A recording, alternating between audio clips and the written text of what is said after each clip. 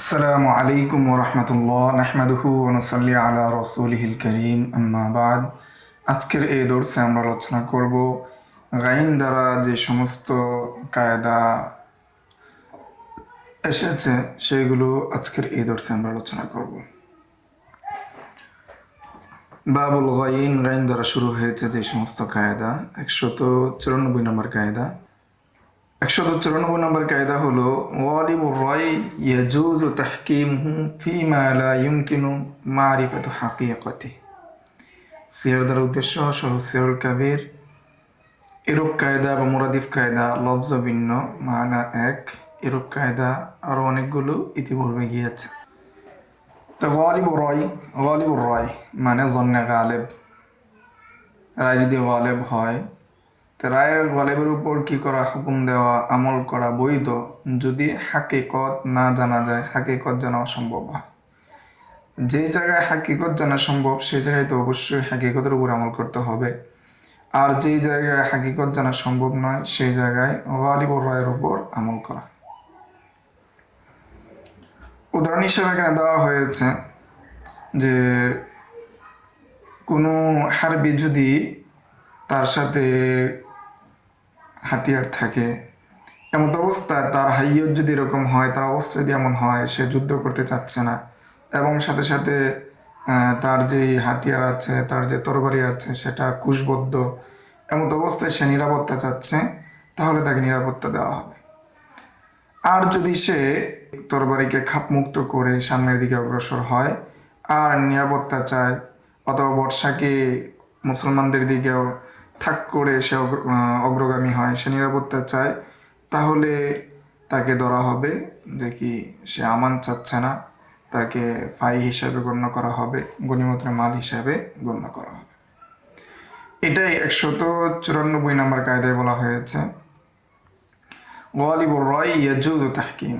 গালিবুর রায় যদি হয় যেটা, সেটা এখানে তো প্রকৃতপক্ষে হারবির কি অবস্থা সেটা জানা সম্ভব না। যেহেতু সেটা জানা সম্ভব না, যেটা জন্নে গালেব হবে, প্রবল ধারণা হবে, সেটার উপর আমল করা জায়েজ, যেহেতু এখানে কি হাকিকত সম্পর্কে জানা অসম্ভব। অনুরূপভাবে আরেকটি উদাহরণ হাসিয়ার মধ্যে দেওয়া হয়েছে, যদি কোনো ব্যক্তি এমন একটি স্থানে যায় যে স্থানে যাওয়ার পর সে ক্যাবলা কোনটা সেটা জানে না, এমন কোনো মানুষও পাচ্ছে না যাকে জিজ্ঞাসা করে ক্যাবলা জানবে, এমত অবস্থায় সে তাহারি করে তার জন্য গালেবের ভিত্তিতে আশপাশের যে নিদর্শনগুলো আছে বা সূর্য যদি উঠে, সূর্যের প্রেক্ষাপটে যেটা তার জন্য গালেব হবে সেটার উপর ভিত্তি করে সে নামাজ আদায় করে নিতে পারবে। এটা 194 নম্বর কায়দায় বলা হয়েছে গালিবুর রায় ইয়াজুজু তাহকিমহু ফিমা লা ইউমকিনু মারিফাতু হাকিকাতি। গলেবের রায়ের উপর আমল করা যাবে যেখানে হাকিকতের উপর বা হাকিকত জানা অসম্ভব, সেই জায়গার মধ্যে গলেবের রায়ের উপর আমল করা যাবে। 195 নম্বর কায়দা আল গুরমু বিল গুনমি। এর অর্থ হলো জরিমানা উপকারের ভিত্তিতে। আল গুরমু জরিমানা, বিল গুনমি গুনমি উপকারের ভিত্তিতে, অর্থাৎ ক্ষতির দায় যার, লাভের অধিকার ধার। অথবা এটা বলা যায় যে ভোগ করবে সে ঝুঁকি বা তার দায়ভার বহন করবে, যে উপকার গ্রহণ করবে সেই তার দায়ভার গ্রহণ করবে। এটি এখানে 195 নম্বর কায়দাতে বলা হয়েছে। মিম জিম দ্বারা উদ্দেশ্য হলো মাজাল্লাতুল আহকামিল আদলিয়া, যে আল গুরমু বিল গুনমি, যে জরিমানা তার বা জরিমানা আসে উপকারের ভিত্তিতে। উদাহরণস্বরূপ, যদি দুইজন ব্যক্তির যৌথ মালিকানাধীন কোনো দেওয়াল ভেঙে যায়, এমত অবস্থায় এই দেওয়াল মেরামত করা প্রয়োজন, দুজনেরই এখানে উপকার রয়েছে।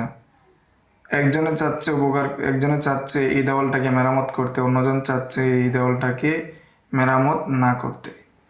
এমত অবস্থায় যে চাচ্ছে না মেরামত করতে তাকে বাধ্য করা যাবে সেটা মেরামত করার জন্য, কেননা সে যদি এখান থেকে উপকার ভোগ করবে, উপকার পাবে, সেই হিসাবে সে এটার গরম বা টাকা বা জরিমানা বা মূল্য দিতে হবে। আরেকটি উদাহরণ দেওয়া হয়েছে হাসিয়ার মধ্যে, যদি নৌকা ডুবে যাওয়ার সম্ভাবনা তৈরি হয়, এমত অবস্থায় নৌকা থেকে যদি কিছু সামান ফেলে দেওয়া হয় নৌকাকে হালকা করার জন্য, তাহলে এই সামানার যে মূল্য, এই মূল্য মাথা পিছু আসবে, সবার মধ্যে ভাগ করে দেওয়া হবে। যেহেতু এখানে সবার যান বেঁচেছে, একজনের মাল বা নির্দিষ্ট মাল পানিতে ফেলে দেওয়ার মাধ্যমে, সাগরে ফেলে দেওয়ার মাধ্যমে সবার উপকার হয়েছে, সেই হিসাবে সবাই এর বিনিময় দিবে, সবাই এর মূল্য দিবে। এটা এখানে বলা হয়েছে আল গুরমু বিল গুনমি, যে জরিমানা বা জরিমানা আসে উপকারের ভিত্তিতে, যতটুকু উপকার ভোগ করবে, যে পর্যায়ে উপকার আসবে সেই পর্যায়ে জরিমানা দিতে হবে। 196 নম্বর কায়দা, আল গসব লাইসা বিমুজিবিল লিল মিলকি বিনাফসি।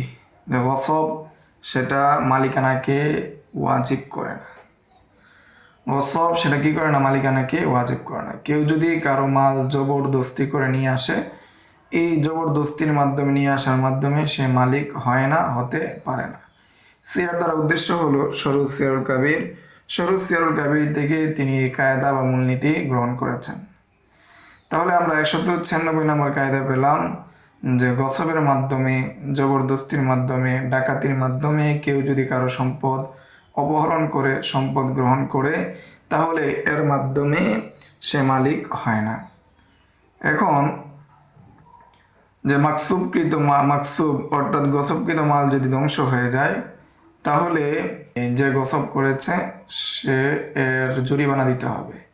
যেদিন গসব করেছিল সেই দিনের মূল্য অনুযায়ী তাকে জরিমানা দিতে হবে। হেদার মধ্যেই এর একটা উদাহরণ দেওয়া হয়েছে, কেউ যদি কোনো বকরি জব করে এবং সেটাকে কুরবানি দেয়, এবং যে গসব করেছিল সে যদি এর মূল্য পরিশোধ করে মালিককে দিয়ে দেয়, তাহলে তার কুরবানি বৈধ হয়ে যাবে। কেন বৈধ হবে? কেননা যখন সে এর মূল্য দিয়ে দিল, তখন যেই দিন সে গসব করেছে বা যে সময় সে গসব করেছে এর পূর্ব থেকে তার মালিকানা সাব্যস্ত হয়েছে। যেহেতু পূর্ব থেকে মালিকানা সাব্যস্ত হয়েছে, তার মালিকানার ভিত্তিতে কুরবানি হয়েছে, এবং যেহেতু তার মালিকানার ভিত্তিতেই কুরবানি হয়েছে, সেহেতু তার কুরবানি আদায় হয়েছে। এর বিপরীতে আরেকটা মাসলা হলো, কারো নিকট যদি কারো বকরিকে বন্ধক রাখা হয় বা আমানত রাখা হয়, এর প্রেক্ষিতে যদি মালিক সেটাকে কুরবানি দেয়, তাহলে তার পক্ষ থেকে কুরবানি আদায় হবে না। এখন যদি পরবর্তীতেও সে টাকা দিয়েও দেয়, তারপরে আদায় হবে না, কেননা জবাই করার পরে তার মালিকানা সাব্যস্ত হয়েছে। যেহেতু জবাই করার পরে মালিকানা সাব্যস্ত হয়েছে, সেই জন্য তার কুরবানি আদায় হবে না। আর এর বিপরীত হলো গসবকৃত মাসালায়, যে গসবকৃত মাসালায় যখন জামান দিয়ে দিবে, তখন গসবের পূর্ব থেকে তার মালিকানা সাব্যস্ত হয়। যেহেতু গসবের পূর্ব থেকে তার মালিকানা সাব্যস্ত হয়, তার মালিকানায় যেহেতু কুরবানি হয়েছে, সেহেতু তার কুরবানি আদায় হয়ে যাবে। 197 নম্বর কায়দা, বাবুল ফা, আল ফিদাউ ইয়াকুনু বিমুকাবালাতিল আসলি। ফিদা এর অর্থ হলো মুক্তিপণ। মুক্তিপণটা হবে বা জরিমানাও ধরতে পারি আমরা এখানে, যে মুক্তিপণ বা জরিমানা নির্ধারণ হয় আসলের মোকাবেলায়। সিন ইয়ার দ্বারা উদ্দেশ্য হলো সিয়ার দ্বারা উদ্দেশ্য হলো সরু সিয়ারুল কাবির বা সরু সিয়ারুল কাবির কিতাব থেকে এই মূলনীতি গ্রহণ করা হয়েছে। তাহলে আমরা শাব্দিক অর্থ পাচ্ছি যে আসলের মোকাবেলায়, মূলের মোকাবেলায় ফিদা গ্রহণ করা হয়, জরিমানা গ্রহণ করা হয়। উদাহরণ হিসেবে বলা হচ্ছে, কাফেররা যদি কোনো মুসলিম জনপদ এর কি হয়ে যায়, দখলদারি হয়ে যায়, বিজয় করে ফেলে কাফেররা, এর পরবর্তীতে যদি আবার মুসলমানরা তাদের উপর বিজয় লাভ করে, এমত অবস্থায় মুসলমানদের যে বাড়িঘর রয়েছে, এর মধ্যে কোনো যে বাড়িঘর মুসলমানরা যুদ্ধ করে জয় লাভ করেছে, যেটা পূর্বে মুসলমানদের ছিল, সেই বাড়িঘরগুলো যে সমস্ত যোদ্ধাদের বাগে গনিমতের মাল হিসাবে এসেছে, সেই সমস্ত যোদ্ধাদের থেকে যদি পূর্বের মুসলিম মালিক সেই গড় গ্রহণ করতে চায়, সেই বাড়ি গ্রহণ করতে চায়, তাহলে গ্রহণ করতে পারবে এবং তাকে এর বিনিময় দিতে হবে। এখন যদি যোদ্ধা এই গড় গ্রহণ করার পরে তার মধ্যে কোনো ধরনের নকশ তৈরি করে, কোনো ধরনের ত্রুটি তৈরি করে, একটা গড় ছিল, এই গড়ের কোনো একটা দেওয়াল ভেঙে ফেলে, সে ইচ্ছাকৃতভাবে বা ভাঙুক অথবা অনিচ্ছাকৃতভাবেই ভাঙুক, সর্ব অবস্থায় এই যে দেওয়াল ভাঙা, এই দেওয়াল ভাঙার মাধ্যমে তার মূল্যের মধ্যে কোনো ত্রুটি হবে না। কেন হবে না? এটাই বলা হচ্ছে আল ফিদা ইয়াকুনু বিমুকাবালাতিল আসলি, যে ফিদা মুক্তিপণ বা জরিমানাটা আসবে তার আসলের বিনিময়ে। তার আসল অবস্থাটা কি ছিল? তার আসল অবস্থাটা ছিল কি? তার আসল অবস্থাটা ছিল হলো যে দেওয়াল সহ, যেহেতু দেওয়াল সহ ছিল, দেওয়াল সহই আর মূল্য আসবে। পরবর্তীতে যোদ্ধা সেটাকে ইচ্ছাকৃতভাবে অনিচ্ছাকৃতভাবে যদি কোনো দেওয়াল ভেঙে ফেলে বা কোনো এবারের ত্রুটি করে ফেলে, সেই ত্রুটি বিবেচ্য হবে না, ধরা হবে না। 198 নম্বর কায়দা আল ফরাইদু আফদালু মিনান নাফলি, যে ফরজ নফলের চেয়ে উত্তম, যে সর্বদাই ফরজ কি হয়? নফলের চেয়ে উত্তম হয়। শিন নুন দ্বারা উদ্দেশ্য হলো আল আশবা ওয়ান নাযায়ের। আল আশবা ওয়ান নাযায়ের থেকে এই কায়দা বা মূলনীতি গ্রহণ করা হয়েছে। তো শাব্দিক তর্জমা থেকে আমরা কায়দা বুঝে গিয়েছি। তবে ফরজ নফলের চেয়ে উত্তম, এখানে কয়েকটি মাসালার ইস্তেসনা আছে।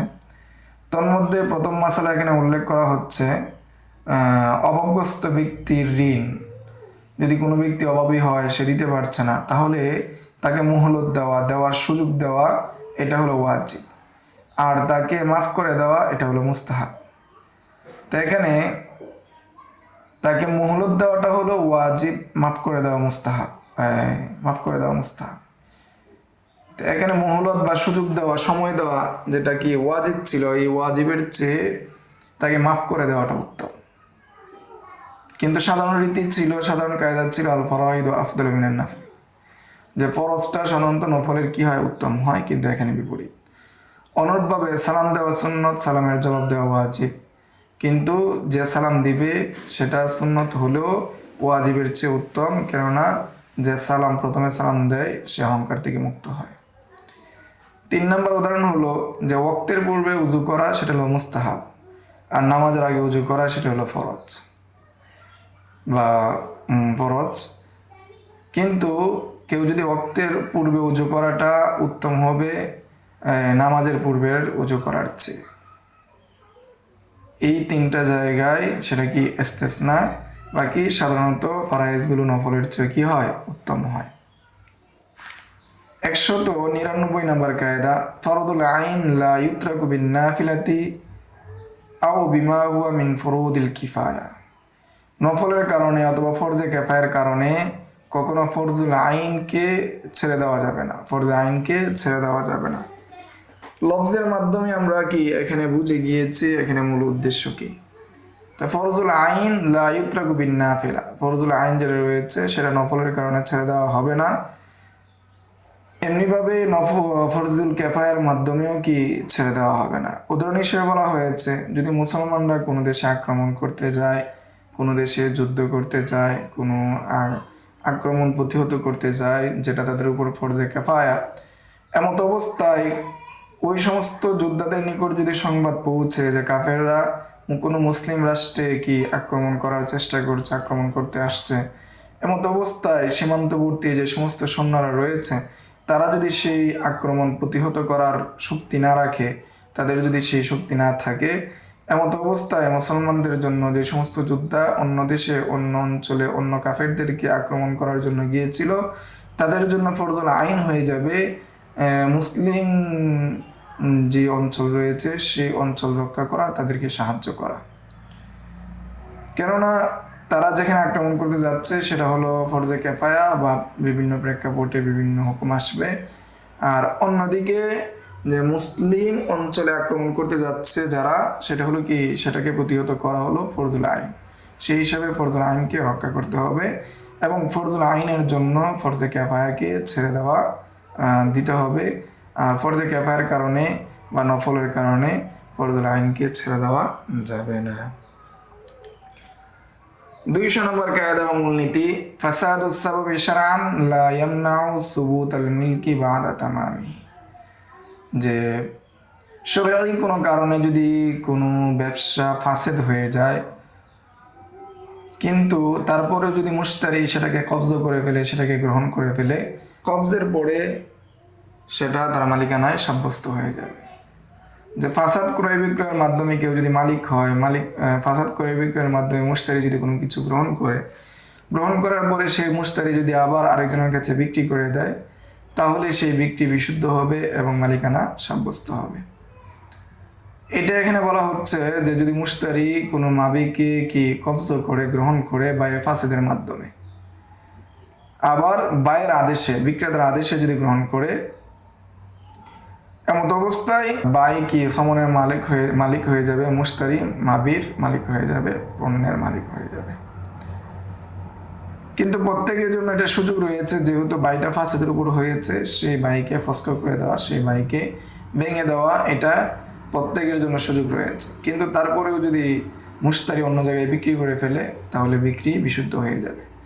এটাই 200 নম্বর কায়দায় বলা হয়েছে ফাসাদুল বাই'i শারআন লা ইয়ামনাউ সুবুতাল মিলকি বা'দা তামামিহি।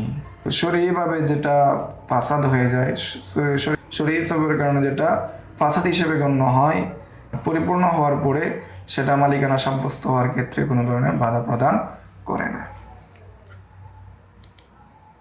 201 নম্বর কায়দা বা মূলনীতি ফিআলুল কাযী হুকমুন কাআমরিল কাযী। যে কাজীর কাজ, বিচারকের কাজ, সেটা বিচারকের আদেশের নেই। বিচারক যদি কোনো বিষয়ে আদেশ দিত, সেটার যেমন হুকুম হতো, তেমনিভাবে বিচারক যদি কোনো কাজ করে, তাহলেও সেটাও তার আদেশের মতোই গণ্য হবে। দ্বারা উদ্দেশ্য হলো আল আশবাউন নাযায়ের। আল আশবাউন নাযায়ের থেকে মূলনীতি বা কায়দা গ্রহণ করা হয়েছে। তো যেহেতু বিচারকের কাজ, বিচারকের আদেশ, সেই হিসাবে কোনো বিচারক কোনো এতিমা, যার কোনো ওলি নাই, তাকে সে বিবাহ করতে পারবে না। কারণ বিচারকের ফয়সালা বিচারকের জন্য, বিচারকের আদেশ বিচারকের নিজস্ব ক্ষেত্রে প্রযোজ্য হয় না, গ্রহণযোগ্য হয় না। অনুরূপভাবে বিচারক সে নিজের ছেলের সাথে বিবাহ দিতে পারবে না। এমনিভাবে যাদের পক্ষে তার সাক্ষী গ্রহণযোগ্য না, তাদের সাথে ওই এতিমা মেয়েকে বিবাহ দিতে পারবে না। কেননা সে যদি বিবাহ দেয়, কেমন যেন সে নিজের প্রেক্ষাপটে ফয়সালা করলো, নিজের জন্য ফয়সালা করলো। আর কাজীর ফয়সালা নিজের জন্য বিশুদ্ধ নয়, গ্রহণযোগ্য নয়। আচ্ছা, এরপর আমরা যাই 202 নম্বর কায়দা। যখন কোনো কাজ আল ফিআলু মাতা কানা মুবাহান লা ইয়াসিরু যালিকা সাবাবান মুজিবান লিদ্দিয়াতি ওয়াল কাফারা। যখন কোনো কাজ বৈধ হয়, শরীয়তে বৈধ হয়, তখন সেই কাজটা কখনো সেই কাজের মাধ্যমে কখনো দিয়ত বা কাফারা আসবে না। সিয়ার দ্বারা উদ্দেশ্য হলো শুরুত সিয়ারুল কাবির। যখন কোনো কাজ শরীয়ভাবে বৈধ, শরীয়ত সেটাকে বৈধ বলে সাব্যস্ত করে, তখন সেই কাজ করার মাধ্যমে যদি কারো ক্ষতি হয়ে যায়, তাহলে দিয়তও আসবে না, কাফারও আসবে না। সিয়ার দ্বারা উদ্দেশ্য হলো শুরুত সিয়ারুল কাবির। শুরুত সিয়ারুল কাবির থেকে এই মূলনীতি বা কায়দা গ্রহণ করা হয়েছে। তাহলে আমরা এখানে ভালো করে বুঝলাম, এর আগে রূপ কায়দা গিয়েছে। যদি কোনো ব্যক্তির মাল কোনো চোর চুরি করে নিয়ে যায়, ওই ব্যক্তিকে ধরার জন্য মালিকে যদি পিছন থেকে যায় এবং আঘাত করে এবং ওই চোর মারা যায়, তাহলে মালিকের উপর কোনো ধরনের দিয়ত আসবে না, কেসাস আসবে না। অনুরূপভাবে কেউ যদি রমজানে সফর করে, সফর অবস্থায় সে যদি রোজা ভেঙে ফেলে, তাহলে তার জন্য এই রমজানের কোনো কাফারা আসবে না। যেহেতু শরীরভাবে তার জন্য বৈধ সফর অবস্থায় রোজা ভেঙে ফেলা রমজানে, সেহেতু তার উপর কোনো কাফারা আসবে না। এটাই 202 নম্বর কায়দায় বলা হয়েছে আল ফিআলু মাতা কানা মুবাহান লা ইয়াসিরু যালিকা সাবাবান মুজিবান লিদ্দিয়াতি ওয়াল কাফারা। কাজটা যখন শরীরভাবে বৈধ, তখন সেটা কখনো দিয়ত এবং কাফারাকে আবশ্যক করে না। 203 নম্বর কায়দা ইতলাকুল ইসমি ইয়াতিবারুল উরফি। কোনো বিষয়ে নামকরণের ক্ষেত্রে বিবেচনা করা হয় অরুফকে। অরুফের মধ্যে যে শব্দে যে জিনিসটাকে বোঝায়, কোনো লফজের হাকিকি অর্থ ত্যাগ করে যদি মাজাজি অর্থ বোঝায়, তাহলে অরুফের এই যে ইতলাক, অরুফের যেই বিবেচনা, সেই বিবেচনাকে গ্রহণ করা হবে। এই বিষয়ে কায়দা ইতিপূর্বে গিয়েছে। সিনিয়র ওয়াদার উদ্দেশ্য হল শুরুজ সিরুল কাবির। শুরুজ সিরুল কাবির থেকে মূলনীতি বা কায়দা গ্রহণ করা হয়েছে। এর অর্থ হলো যেই হরফের মধ্যে যেখানে যেটা প্রসিদ্ধ, যেখানে যেটা গ্রহণযোগ্য, সেটাকে গ্রহণ করা হবে এবং সেটাকে বিবেচনা করা হবে। যে এলাকায় যেটাকে যে নামে ডাকে সেটাকে বিবেচনা করা হবে। এই বিষয়ে আব্দুল্লাহ ইবনে ওমর রাদিয়াল্লাহু তাআলা আনহুর একটা ঘটনা রয়েছে। সেটা হলো এক ব্যক্তি ইবনে ওমরকে জিজ্ঞাসা করলো যে আমার একজন সাথী, তার উপর বুদনা আবশ্যক হয়েছে, সে যদি কোনো গাবি দেয় এর বিপরীতে, তাহলে কি সেটা যথেষ্ট হবে? তখন আব্দুল্লাহ ইবনে ওমর রাদিয়াল্লাহু তাআলা আনহুমা জিজ্ঞাসা করলেন, তোমার যে সাথী, তুমি যার বিষয়ে মাসলা জিজ্ঞাসা করছো, সেই সাথী কোন গোত্রের, কোন এলাকা? তখন সে বলল বনি রবাহ। সে রবাহ গোত্রের, বনি রবাহ গোত্রের। তখন তিনি বললেন যে রবাহ গোত্ররা কখন বুদনা দ্বারা বাকারা উদ্দেশ্য নিয়েছে? বরং তারা বুদনা দ্বারা কি উটি উদ্দেশ্য নিয়ে থাকে, সেই হিসাবে তারা কি উটি দিবে। তো এখানে বুদনার যে লফজ, এই লফজের দুটি অর্থ আছে, একটা গাবিও বোঝায়, উটও বোঝায়। সেই হিসাবে যে সমাজে যেটা প্রচলিত, কোনো এলাকায় যদি গাবি বোঝায়, গাবিটাই বিবেচ্য হবে, গরুই বিবেচ্য হবে। কোনো এলাকায় যদি সেটা দ্বারা ইবিল বোঝায়, ইবিলই বিবেচ্য হবে। এটাই 203 নম্বর কায়দায় বলা হয়েছে ফি ইতলাকিল ইসমি, যে নামের বিবেচনা করার ক্ষেত্রে ইয়াতিবার হরফি, হরফের কি করা হবে? বিবেচনা করা হবে। 204 নম্বর কায়দা হলো ফি কুল্লি মাউযিইন ইয়ামলিকুল মাদফুআ আল মাল আল মাদফুআ ইলাই মুকাবিলান বিমিলকি মালিহি ফা ইন্নাল মা'মুরা ইয়ারজিউ বিলা শারতিন ওয়া ইল্লা ফালা।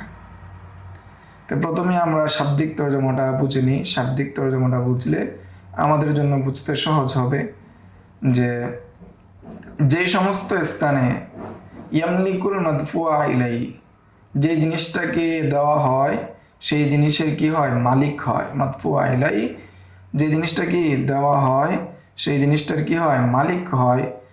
আল মানে যার নিকট দেওয়া হয় সে কি হয়? মালিক হয়। আল মাদফুআ ইলাই, যার নিকট দেওয়া হয় সে কি হয়? মালিক হয়। আল মাল আল মাদফুআ ইলাই, তার নিকট যে মালকে দেওয়া হয় সেই মালের কি হয়? মালিক হয়। মুকাবিলান, পরিবর্তে, বিমিলকিন, বিমিলকি মালি, তার মালের পরিবর্তে সে কি হয়? তার নিকট যেটা দেওয়া হয়েছে, তাকে যেটা দেওয়া হয়েছে সেটার মালিক হয়। তো এই ক্ষেত্রে ফাইনাল মা'মুর, এই ক্ষেত্রে যাকে আদেশ করা হচ্ছে সে ইয়ারজিউ বিলা শারতিন, যাকে আদেশ করা হচ্ছে দেওয়ার জন্য, সে যে আদেশ করেছে তার কাছ থেকে সেটাকে ফিরিয়ে নিতে পারবে কোনো ধরনের শর্ত করা ব্যতীত। ও ইল্লা ফালা, আর যদি সেটা মালের বিনিময়ে না হয় বা যাকে দেওয়া হচ্ছে সে কোনো বিনিময়ে পাচ্ছে না, সে তাবাররুআন পাচ্ছে, আল্লাহর হস্তে পাচ্ছে, তাহলে সে কি পারবে না? ফিরিয়ে নিতে পারবে না। যে আদেশ করেছে তার কাছ থেকে ফিরিয়ে নিতে পারবে না। তবে যদি শর্ত করে তাহলে ফিরিয়ে নিতে পারবে। শিন্নুন দ্বারা উদ্দেশ্য হলো আল আশবাহ নাযায়ের। আমরা উদাহরণ বুঝি, উদাহরণ বুঝে আবার আমরা কায়দাটা বলবো যাতে করে বুঝতে সহজ হয়। যেমন যদি মুশতারি, ক্রেতা আরেকজনকে বলল যে তুমি কি করো, আমার এই পণ্যের মূল্য তুমি বিক্রেতাকে দিয়ে দাও, বায়েকে দিয়ে দাও। তেমত অবস্থায় বায়া অর্থাৎ মাদফুআ ইলাই, বায় হলো কি? মানে বিক্রেতা হলো মাদফুআ ইলাই। মাদফু ইলাই মালের মালিক হচ্ছে আল মাল আল মাদফুআ ইলাই, যেই মাল দিচ্ছে তাকে, অর্থাৎ ফজলি আরেকজন ব্যক্তি কি দিচ্ছে বায়েকে, সেই মালের মালিক হচ্ছে যে মুকাবিলান বিমিলকি মালিহি, সে যেই প্রোডাক্ট ক্রেতাকে দিয়েছে, মুশতারিকে দিয়েছে, সেই মুশতারির প্রোডাক্টের বিনিময়ে সে মালিক হচ্ছে।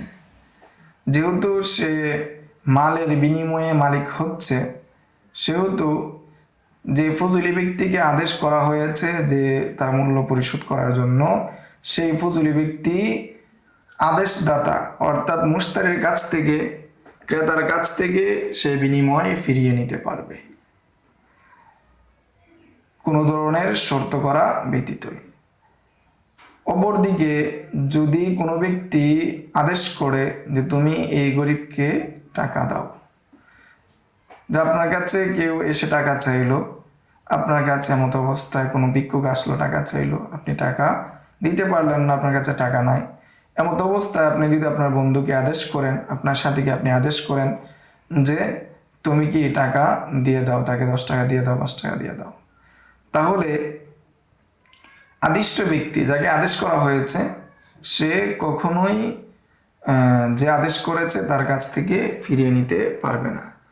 যেহেতু ফকির যে মালিক হচ্ছে, কোনো কিছুর বিনিময়ে মালিক হচ্ছে না, বরং তাবাররুআন আল্লাহর হস্তে মালিক হচ্ছে, কুরবতের কারণে মালিক হচ্ছে।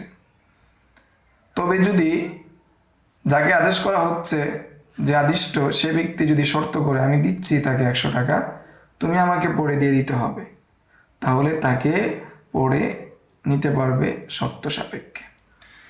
এটাই 204 নম্বর কায়দায় বলা হয়েছে ফি কুল্লি মাউযি'ইন ইয়ামলিকুল মাদফু'আ ইলাইহি, যে মাদফু'আ ইলাইহি মালিক হয় আল মালুল মাদফু'আ ইলাইহি, যে মাল তার নিকট দেওয়া হচ্ছে, তাকে দিচ্ছে, সেই মালের মালিক হয় মুকাবিলান বিমিলকি মালিহি, তার কাছে যে মাল রয়েছে সেই মালের বিনিময়ে বা তার মালের বিনিময়ে। ফাইনাল মা'মুর ইয়ারজি'উ বিলা শারতিন, তখন আদিষ্ট ব্যক্তি সেই মাল ফিরিয়ে নিতে পারবে কোনো ধরনের শর্ত ব্যতীতই ফিরিয়ে নিতে পারবে। আর যদি মালের বিনিময় না হয়, ফকিরকে দেওয়া হয়, তাবাররুআন হয়, তাহলে শর্ত করলে ফিরিয়ে নিতে পারবে, যদি শর্ত না করে তাহলে ফিরিয়ে নিতে পারবে না। 205 নম্বর কায়দা ফিমা ইস্তাদামুল ইস্তিদামাতু কাল ইনশা, যেই বিষয়টা সবসময় অব্যাহত থাকে, অব্যাহতভাবে আছে, সেই জিনিসটা কখনো যদি কিনা হয়, শেষ হওয়া সম্ভব না হয়, তাহলে তার মধ্যে যে কোনো পদক্ষেপ নেওয়া হোক সেটা কি ইনশার মতোই।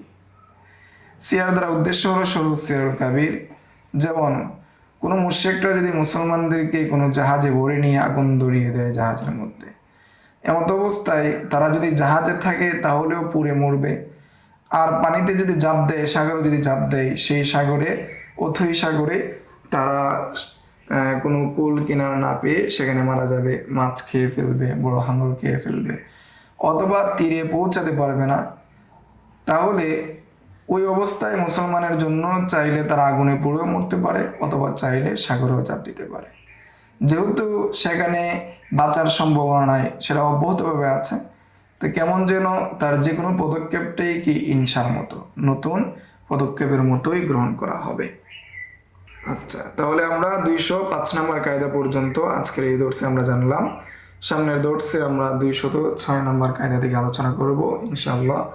আসসালামু আলাইকুম ওয়া রাহমাতুল্লাহি ওয়া বারাকাতুহু। يؤتي الحكمة من يشاء ومن يؤت الحكمة